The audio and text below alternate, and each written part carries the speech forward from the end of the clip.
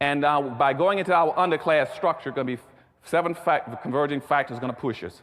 To get my little summary up. 1, we're going to have an increased amount of conservatism in the country, and I'm going to talk about conservatism in a few minutes. 2, we're going to have a massive, unending influx of immigrants into the country, going to push us down. We have been the number 2 population in America now for over 460 years. We're going to get kicked out of being number 2 and going down to number 3. When are we going to go down to number 3? We're going to go down to number 3 in less than 2 years. Now, when I wrote my book about 4 or 5 years ago, Hispanics at that time were 9% of the population.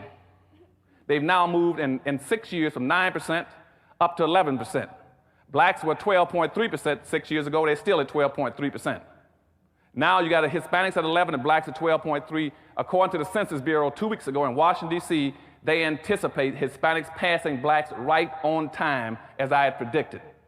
Now, Wall Street Journal, the left-hand column 2 weeks ago, on the left-hand side of the page, I can send it to you if you want, it says that when Hispanics pass black people, at that time, the whole political structure will shift gears. There'll be a power shift in America.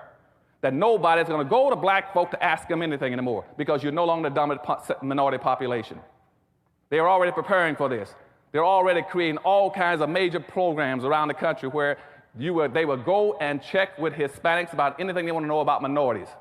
Black folk will get their information through the Hispanic Society. Then by the year 2005, the Asians are going to pass black folk. Then you're going to get kicked from being number 3 down to number 4. At that point in time, you're locked in and frozen because everything you need will have to pass through those 2 groups. And those 2 groups do not have your interests at heart. They don't understand your problems and don't care about it. If you can't compete, they're going to say that's tough.